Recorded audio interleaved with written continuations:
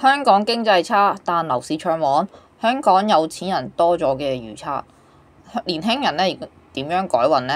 揸巴士定係美股？大家好，我係小心，呢個 channel 係關於美股同玄學嘅。如果你有興趣咧，可以訂閱嘅。如果想知道咧 update 嘅美股資訊咧，可以訂閱我個 Patreon 嘅。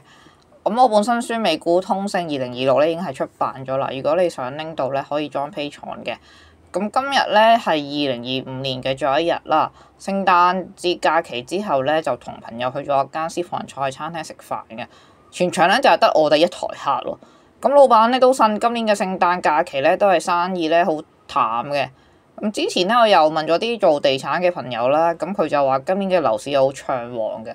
咁所以有時咧我真係覺得咧自己係咪即係喺呢個平行時空裏邊嘅咧？咁之前經過筲箕灣嘅 Island Garden 啦。咁見咁靚啦，就查下幾錢啦。7年嘅樓齡嘅一房咧都要成880萬嘅，即係真係有啲嚇親啊！咁另外咧，即係睇新聞啦，有報道就話有啱啱收樓嘅新盤連錄得短炒咧係獲得成交嘅。咁新地嘅西沙 Savannah C 1B 期嘅近期就陸續收樓啦。咁喺聖誕節嘅假期咧就連續咧就錄得3宗嘅短炒成交。咁當中呢一伙兩房戶咧係升幅咧係大約係16.4% 為最高嘅。咁原業主咧持貨就係7個月嘅，咁就速賺咗差唔多80萬啦。咁你都要香港有好多有錢人咧先可以買樓㗎嘛。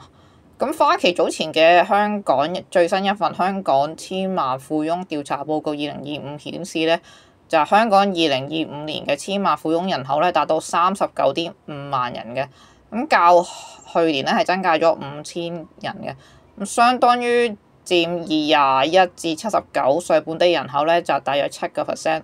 咁打工難致富啦，咁今年又係美股牛市，咁我相信咧就係呢5000人裏邊咧就應該係有啲炒美股致富嘅，咁其他人咧就可能專才嚟香港啦。咁其實我早1-2年前咧都已經講啦，如果就算我有一筆錢，我都唔會喺香港做生意，因為10個有9個半啊都會係輸錢嘅。咁正如咧富豪最怕富二代，就係最怕你鴻圖大志。咁當然啦，我唔係叫你而家去即係買美股，因為我自己都講話2026年咧美股係即係幾難玩，因為熊市嚟嘅。咁第二個話題想講嘅就係現今嘅年輕人咧係應該係點樣改運咧？即係就算你投資啊，咁我都要有基本嘅生活開支㗎嘛。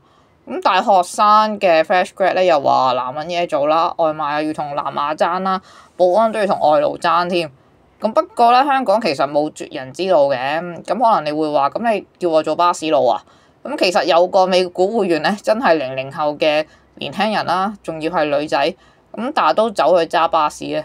咁但係又然後就一直炒 crypto 啊美股。咁當然啦，我唔係叫你去2026年即係炒美股嘅。咁另外我見到即係香港演員啦，岑嘉琪喺嘅新聞啦，就係話佢 upload 咗一啲嘅牌照，咁話佢咧就已經有10類車牌啦，包括咗私家車、輕型貨車、電單車、私家小巴、公共小巴、私家巴士、公共巴士、中型貨車、重型貨車、機動三輪車。